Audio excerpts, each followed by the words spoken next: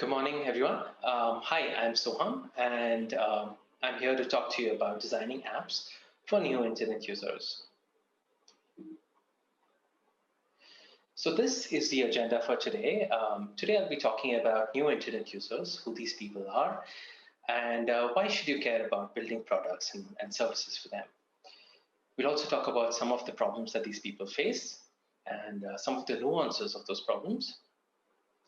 Then we'll also look at how these problems apply to a product or service that you might be working on. We'll also then talk about some of the solutions and examples of solutions so that you get a head start on the problem itself. Okay, with this, let's get started. So hi, everybody, I'm Soham. I'm a founding partner at this company called Trivius, and I'm basically a designer, Android developer, and entrepreneur based out of Bangalore in India. And I have a lot of experience in building mobile products. In case you're interested in connecting with me on LinkedIn or on Twitter, these are my handles, and I'd love to meet you and talk to you. A little bit about the company that I work for. It's basically Trivius, and Trivius has a lot of experience in building mobile products across the world. Okay. So we have a deep experience in building products for this new internet user category. And we've been working for about 7 years. And the first product that we worked on was for Costa Labs back in those days. We created a micro ATM solution, which is basically a solution for underbanked people to get access to an ATM service, right? Typically in India, you don't have access to an ATM in villages because of power reasons, electricity, as well as security reasons. And even back in 2013, we were trying to build a mobile solution which lets shopkeepers behave as ATMs, right? They can use a mobile application, where villagers can just go to these shopkeepers, and using biometric authentication, they can withdraw cash. It's a very interesting use case, again, for these new internet users. Over the years, we've worked on multiple such products. We've worked with N-Paradigm on offline-first products. We've also worked with Friend, which is a nonprofit based out of India. We've created a completely mobile-first product for rural women. And this product provides livelihood and financial opportunities to all these women. This product is live in over 300,000 villages in India. That's over half the villages in India.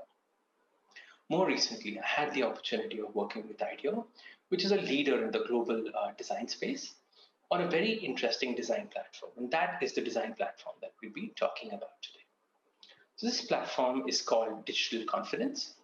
And it's a very interesting platform designed for new internet users. So this platform has been built in association with the Bill and Melinda Gates Foundation and Google, right? And I'm also a contributor to this platform. I'm super excited to talk to you about this platform itself. So let's begin by understanding who are new internet users and why should you really care about them. So if you have any kind of product, I'm sure that a lot of people here have built successful products and they have millions of users across the world. But one of the most common questions that I see asked to me every single day is, how do we get growth? How do we get new users? Right? And there are many ways to approach that. Of course, you could acquire users in developed countries, but the cost of acquisition and retention for those users is very, very high. And typically, it's a very difficult process. A much easier way to acquire users today in these times, is to acquire users in countries where these users are coming online for the first time. Right? So this is a map created in this Bain survey a couple of years back, which talks about the time between 2013 and 2017. Right? In those 4 years, about 1 billion new people will be coming online. And majority of them would be coming online in these countries. Right? So we're talking about South Asia, Southeast Asia, we're talking about Africa and Latin America. So if you're looking at growth, right, there's tremendous opportunity to get new users in these countries. For example, as of 2017, about only 500 million people have come online in India, right? So majority of Indians are still not yet online or have access to a mobile device. So if you're looking at growth, right, there are so many interesting opportunities. to acquire new users and retain them in a very meaningful way. So now, hopefully, I've convinced you that it's very important to create products for new internet users. Now, you might ask me, right, that I already have a product that's out there, right? Isn't it going to work for these people? And my answer is, yeah, the product might be available, but most products today are not optimized for these markets or these people. I'll give you some examples about that. Let's take Mamta from Jaipur. Jaipur is a city in India. And Mamta has just got her first smartphone, and she uses the smartphone to watch videos on YouTube, to upskill herself, and to listen to music. Now, Mamta has got a Samsung phone, and this is a phone that was passed on to her from somebody else in the family, right? And that phone has a cracked screen. And like many other people in India and across the world, she cannot afford to fix that screen, right? So she has to live with that cracked screen for a very long amount of time. Right? So the problem that she faces is how does she effectively use mobile apps and products on that crack screen? And the question for you is, how can you design an experience or build a product that's actually meaningful to her and she can use effectively on that crack screen? Another very important concern for her is typing. Because of literacy levels or some other concerns, she's not able to type and comfortably interact with mobile apps in English, right? So she finds it much easier to use voice when searching for videos, just searching online, right? But it doesn't always work that way, right? Because she is in a noisy environment, or voice technology itself is not that advanced, so she has to repeat herself. And whenever things go wrong, she actually blames herself, right? So that's where we have to ask ourselves, right? How can we provide a more meaningful experience, an interaction paradigm for her, so that she feels more confident when interacting with her mobile? Let's talk about somebody else. Let's talk about Elia from Uganda, right? So Elia is a metal worker, builds a lot of things. And because of the boom in communication and WhatsApp, he's able to communicate to all his customers using WhatsApp. He's able to provide them updates, send them photos of projects, and this has really transformed his business. So Elia has low English literacy, but he still uses English as his primary language on his phone because, according to him, technology is supposed to be in English, right? So even though he's not very comfortable with English, he keeps it as his primary language on the phone and is unable to use a lot of apps in English, right? He tries to work around that by memorizing where different elements are on the screen. And this works for the most part, but he struggles to use many applications, right? So this is another example of a practical problem that Elia faces. And the question comes to us is, how can we build a meaningful experience for Elia? So that was just a quick glimpse of some of the many problems that these new internet users face, right? Apps that we all take for granted just don't work in the same way for these people. And it's not just about those couple of specific examples that I talked about. They face actually a lot more problems. They face problems in onboarding, in navigation, in accounts, discovery, and so on. Let me give you some more examples. Let's talk about accounts in more detail. Now, for us, accounts is a very simple, very basic concept, right? But for these people, right, when they buy their first smartphone, actually the shopkeeper selling the smartphone sets up the smartphone for them. And during the setup process, you'd be surprised to know that most people actually don't sign up for their account. They just skip that step where you have to enter your Google information, right? That could be because of many reasons, because the shopkeeper wants to close the deal, or because the client over here, the customer, doesn't feel that they need an email address. So because of all of these reasons, right, they don't end up having an account on their device. And what this is mean, right? A user like this actually doesn't have access to the Play Store, right? So how do you think about updating apps or downloading apps for such a user? How do you think about app distribution in this paradigm? In a similar way, right, in a lot of Indian and global households, it's typically a joint family where a smartphone is a resource which is shared amongst many people. And in such an environment, right, the smartphone might be used by a certain person in the morning, a completely different person in the afternoon, and The kids might use a smartphone in the evening and the grandparents might use it in the night, right? So the same smartphone, same resource is being used by so many people. As an app developer, as a product manager, a designer, how do you think about recommendations or search or content, right? Who are you building that content for? So that's a very important problem and question that you have to address when you're thinking about these people. Let's look at another sphere. Let's look at discovery and assistance, right? If you have an app or a product that has so many features, how do you typically tell or communicate those features to users? For these people who are coming online for the first time, the content and scale of the internet on all these products are not immediately apparent. And because they're using this devices for the first time, they don't really feel confident to use the app to its fullest potential, and they don't like to experiment, right? So how do you make the capabilities of the app very clear to all these people without making them feel very, very difficult to use, right? Also, how do you help them ask for assistance, right? Because these people are used to asking for assistance in the real world. They can ask their friends or their families, but in a digital medium, right, which they're not familiar with, how do they ask for assistance? And trust also becomes a very, very important factor in this kind of scenario because of various rumors of, you can get cheated on a smartphone or you can lose money online. They don't feel confident in trusting people online. So how do you bridge that gap and provide effective service to somebody? So that's such an important question. Another problem that people face is in terms of language and visuals. If you look at the image on the left-hand side, that's the Indian debt rupee note. And there are so many languages just on that currency. Imagine in the real world, in India and across the world, there are so many more languages, right? How do you provide effective localization to people? And with localization, I'm just not talking about labels. How do you localize content? How do you localize search? How do you localize recommendations, right? So localization can happen on so many different levels. At the same time, how can you localize visuals? If you see the image in the middle over here, that's like a stock image. And if you're providing it at the end of a certain journey, it showcases a certain kind of an audience, right?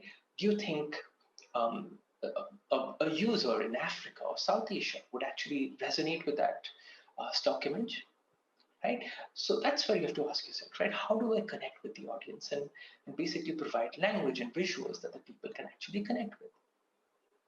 Finally, on the right-hand side, something that a lot of people here take for granted, right? Like a shopping cart. If you're providing an e-commerce application, it's very easy for us to just say, okay, I'll just add it to my cart. But in reality, that's something that a lot of people in India and across the world, all these new internet users are not familiar with, right? A lot of these people are not familiar with the concept of a supermarket or leave alone a shopping cart.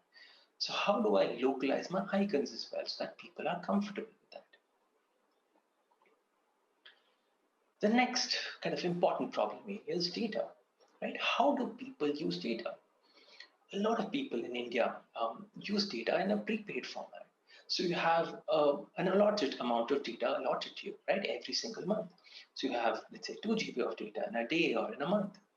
So people think of data as a commodity, a very, very similar way to money, right? So just like you would budget money at the beginning of a month and allocate it to different resources, similar way people allocate data to different apps, right? And whenever you're using let's say you're building an education application, shows videos to people, if you just start showing different videos in a certain format, these people who have budgeted data to different use cases will quickly feel out of control because they don't know, right, how much data this app is using, right?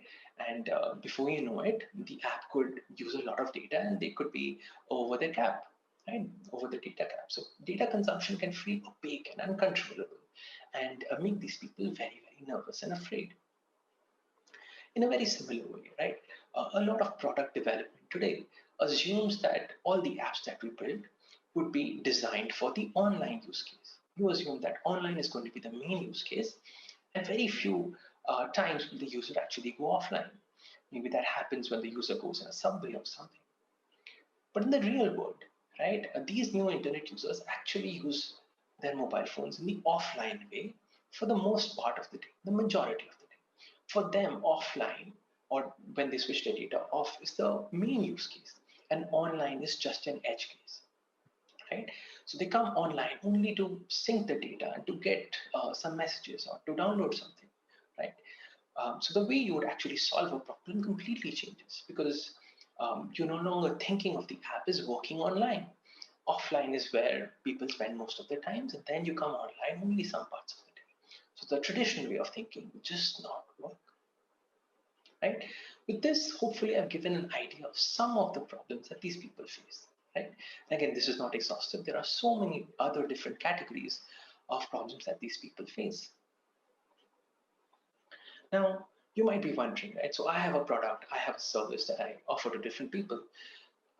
How do we actually solve for these problems? I mean, I'm now convinced that these are real problems and my existing product doesn't really work for these users. So how do I actually go about solving it? And there are lots of ways to approach this, right? Google has some excellent documentation and a microsite for the next billion user group. And there are lots of great videos on Google I/O. There are great blog posts across the world. So there are lots of great resources. But today I will talk to you about a product that actually I have contributed to, which is the Digital Confidence Toolkit. This is available on Digital Confidence and Design. And essentially, it's a framework created by IDEO for solving these problems.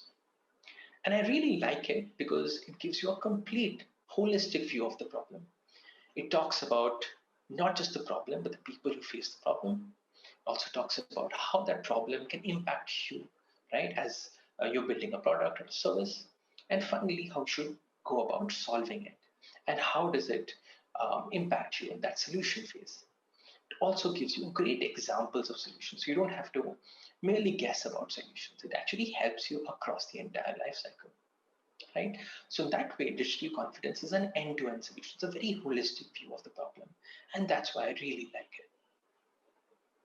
So again, if you're interested in this, a lot of the material here is from the Digital Confidence website. It's available at Digital Confidence and Design. So now that you have an idea about the problem and the person who's facing the problem, let me talk to you about how this problem actually applies to you.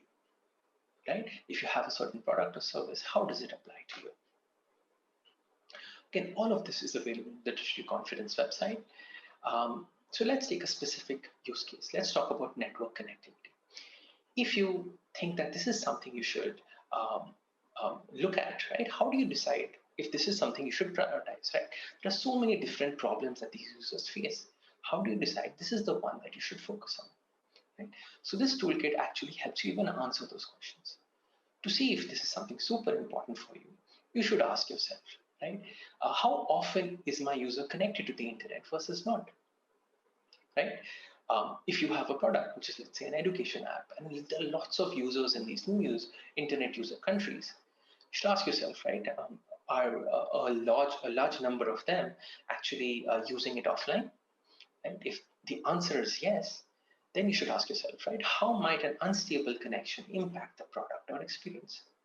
Right? Think about your product and what parts of the product are accessible to the user who's offline. If you're building a educational video product, you should make sure that the core experience, right, which is watching the video offline, you should ask yourself, is that available offline? Because a large portion of my users are offline, and you should ask yourself, right, is that the case right now or not? Those asking yourself those questions will actually help you understand, right, whether you should focus on this and actually prioritize this. Right? And that's why I really like this toolkit. It's very practical in nature. It knows that these people actually face so many problems, right? And you will not have time or the budget to focus on all of those problems.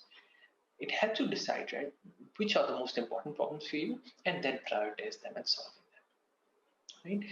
And coming back to network connectivity, right? How do I make being offline not feel like an error state, right? So most of us think of offline as something that will never happen, right? For the normal use case. But how do I make offline like a real primary use case. It shouldn't feel like it's an error use case because my customer, my user, is going to be offline for the most part, right? So if they see it, if it feels to them that it's an error state, they will stop using the product. It will not be a great experience for them. Okay. So another really important area that you should focus on is digital fluency, right? So it's a very interesting thing. A lot of people have e-commerce apps installed on their phones in India, right? But they're not actually confident enough to transact on those platforms. Why? Because they feel like if they make a mistake, they might lose money, or some product might be ordered and they might be held liable for something, right? Or they might feel like an idiot if they make a mistake. So you have to ask yourself, right? What level of digital fluency do I expect my users to have?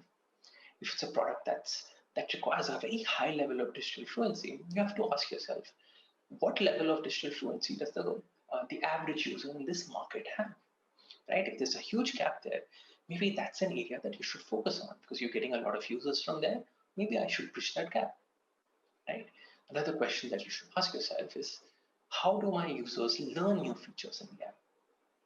Right? You might again have a lot of different features, but how do users learn about those features? How do they learn about a new feature, an existing feature? How do they discover features? Right? So it's a very important thing that you should talk about. Right? Another important aspect is about textual and numeral literacy. And this is something that a lot of us here take for granted. But you should constantly ask yourself, right? What is the average educational literacy level of my users? Okay, it's a very, very important question. I have met so many people that think that all the users can read and write English or some other language, right? So all of us focus on localization. Let's localize it into another language, right? Hindi for India. But a lot of them forget that people might not be able to read, right? They might be able to speak to each other in a certain language like Hindi or Kannada, but they might not be able to even read that language, right? So what is the average educational literacy level of users? And the way you would design a specific experience if the person can't even read is completely different. Right? If that's the case, right, you should ask yourself, have we considered other ways to present information? Right? Have you looked at voice or visuals? Right? Again, all of these are important questions for you to decide if textual and numeral literacy as an area is important for you to focus on. Right? It's a big enough market and an important focus area for you. So you should also ask yourself, will users with lower literacy levels still be able to navigate my product and use it confidently? Right? For products like YouTube, right? Just imagine even a person who doesn't know how to interact or read a certain language, they can use voice to search for different things and find the video that they're really interested in. Another area which is super relevant and important, especially in these new internet user countries, is device sharing. Like I mentioned, right, a lot of these areas, a smartphone is a shared resource, right? The question that you should ask yourself is, who do my users typically share their phone with? Is it different people? Are there different people in the household, or is it like do they share it with their neighborhood, right, or with some other person, right? And how do typically people interact with that device, right? And how does this affect the usage of the app? If you're building a product like YouTube, just imagine, right? How do you customize the search or the recommendations, right? Because the kind of recommendations you would show to a husband in the morning would be completely different to the recommendations you would show to a child in the evening, right? How do you handle accounts? How do you handle device sharing? Right? If it's an important enough area for you, you should actually make it a priority and look to solve it, right? But at this stage, hopefully, this gives you some context into how some of these problems might impact your product, right? Which is the most important part. It's not about looking at the solution, which we'll come to in the next phase. It's just important to focus on which of these are actually relevant to me and where should I invest. So that was just a snapshot of the various things that may be relevant to you. To see the entire list, again, go back to the digital conference. They have different categories, and you can see which of them are very relevant to you. Next, let's look at the solution. We've seen, what are the different areas which are very important to you. And based on those areas which are high priority, how do you actually look at solving those problems? And digital confidence gives you various design principles and best practices to move in the right direction. So let's start with localization and language. Again, I'll take a couple of examples here. So one of the design principles that digital confidence provides is using simple translatable language, right? So we talked about Elia, right? Although he might have his phone language set to English, right? How do you make him comfortable to use the app in some other language, right? So this is where digital confidence gives you a checklist of sorts, right? Which is a list of all the different design principles that you can implement in your app, right? So the first over here is pair visuals with words to reinforce meaning. That means wherever you have very clear words, can you actually pair it with the visual, right? It's a very simple principle in this checklist, but it gives you very clear direction, right? So wherever you have text or important decisions to be made, maybe you can pair it with a visual to give it more clarity or of more importance, so that Elia or somebody like him can make that call very easily. Wherever you're using numeric digits, right, try using the Roman numerals, right, or the number representation, like 1, 2, 3, instead of the written one. This is a very basic tip, but you'd be surprised, right? So many people who can't read can actually make out digits, right? That's something that you can pick out very, very easily, right? Also, check if the product can be used by a person with limited literacy. You can do a simple usability test or a simple research study to see which parts of the product you should focus on and then use these principles with, right? So this is a simple checklist that you can follow. And if you're already following that checklist, if you're doing well, you can just tick it off. But if you're not, right, it points you in the right direction, how to proceed on your product. The second area, right, just another example that I want to cover from here is designing for data scarcity. Now, this is a very important concept. I talked about how important data and network connectivity is. So how do you actually solve for that, right? So this checklist has a lot of important design principles. First, does your app actually enable core use cases to be completely used with unstable or no internet connectivity, right? So if you're building a video application for education, right, the core use case could be viewing videos and actually answering quizzes or taking notes. Ask yourself, right, does your product currently actually solve those problems in a completely offline way? If not, maybe that is a focus area for you, right? So that is something you should solve. Does your product actually allow people to control how much data they use to complete tasks, right? So if it's a similar product, right, do you allow users to actually download data, right? Download those videos offline and control which level of video they want to download, right? A very high resolution one or a very low resolution one. Does your app actually minimize client-server data communication by compressing and caching requests? Right? These are very simple tips, but again, if you're not doing it, it points you in the right direction, right? So there's a lot of different principles which apply to engineering, design, product, etc. Right? So again, I'm not going to go through all the different details or the different categories, just giving you two separate examples over here. The complete list is available on Digital Confidence website.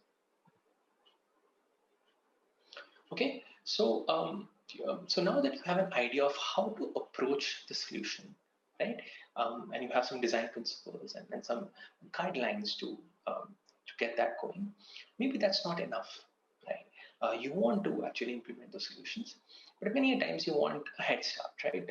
There's something more than just a principle, and that's where inspiration comes in, right? And that's why again I love this digital confidence toolkit. This also gives you a real example of solutions, right?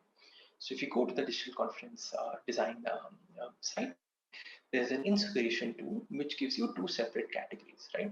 It gives you provocations, which is like a theoretical example of a solution. It also gives you real products. What do you mean by that? It showcases really good products which actually solve the problem in a really interesting way, right? So it's like a practical implementation of your provocation. So let me give you an example of this. So if you look at the provocations, right?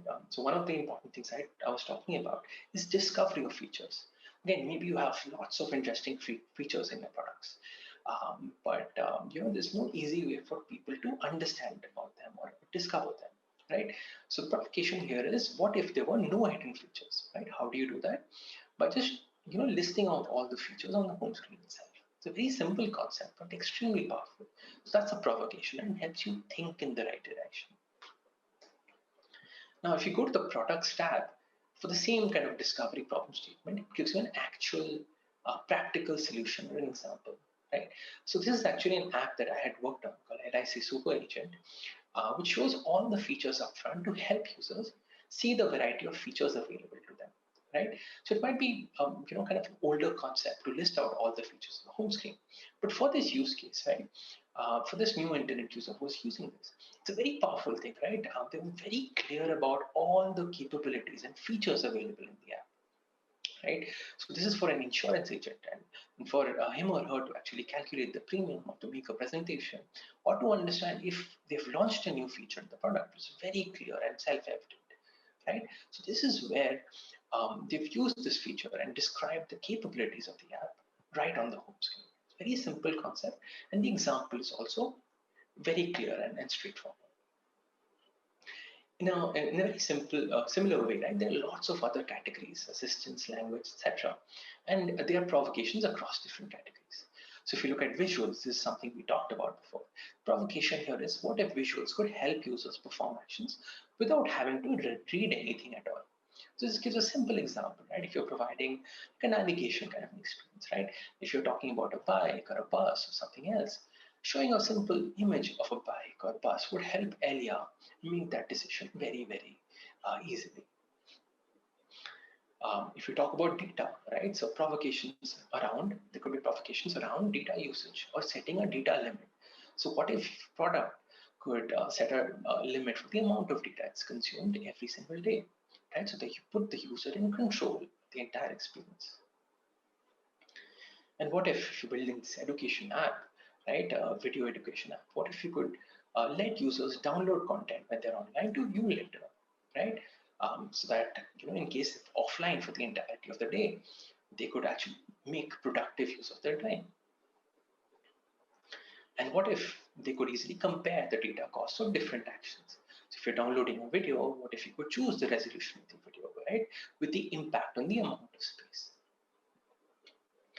And if you look at real world examples, we have great examples from real applications, right? So an example from YouTube, right, which provides various options to download different resolutions of data, right? So if you're interested in saving data, right, you can download a video just for 1.1 MB, right? So all these are real products and real examples of these solutions. Finally, YouTube provides complete transparency and control around data consumption.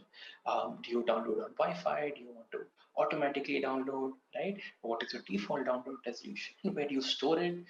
And how much storage space are you taking? These are all important things that these new internet users are very concerned about, and YouTube makes a great example, right? And gives users complete transparency and control around this thing.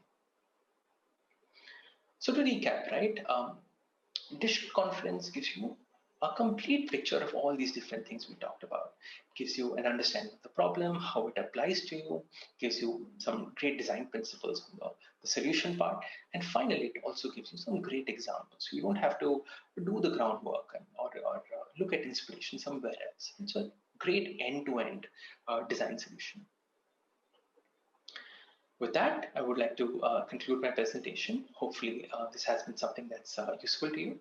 In case you're interested in reaching out to me, I'm available on email, as well as on social media, on LinkedIn, on Twitter. And in case you're interested in downloading these slides, they are available on SpeakerDeck as well. Now, if there is time, I'm happy to answer any questions.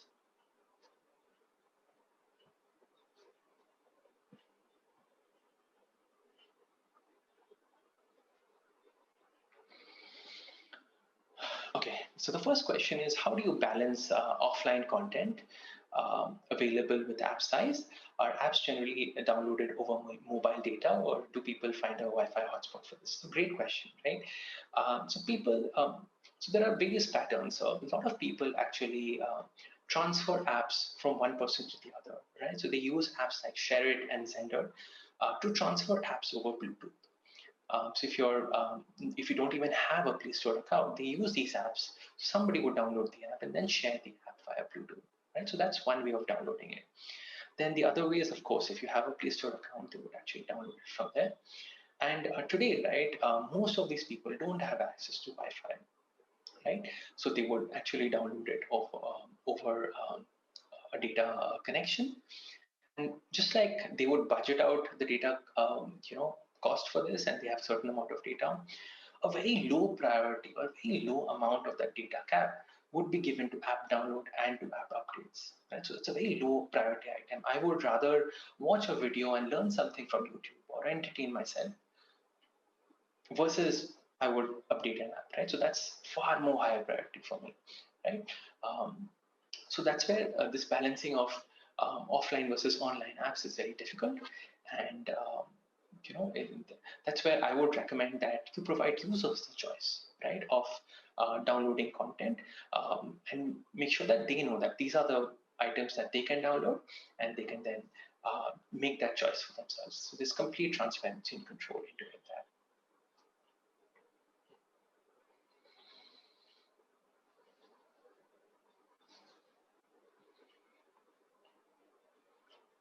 Great. Any other questions?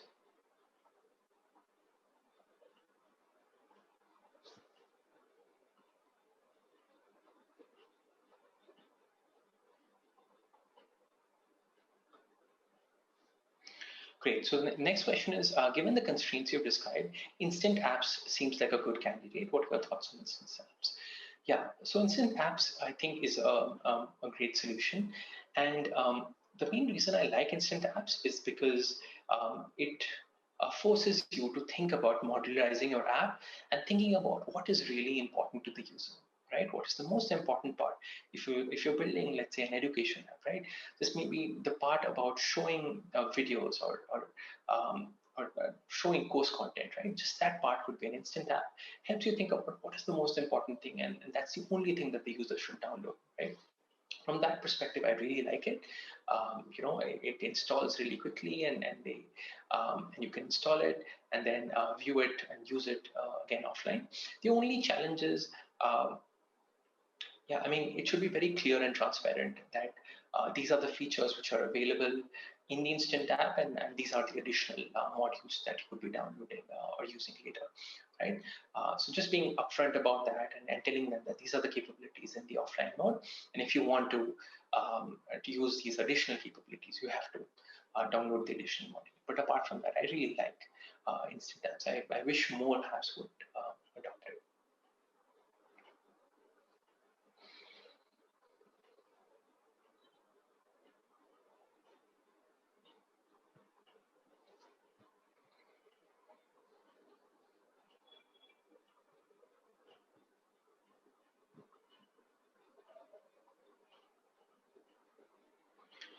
Great. So hopefully this session was helpful to everybody. Thank you for your time.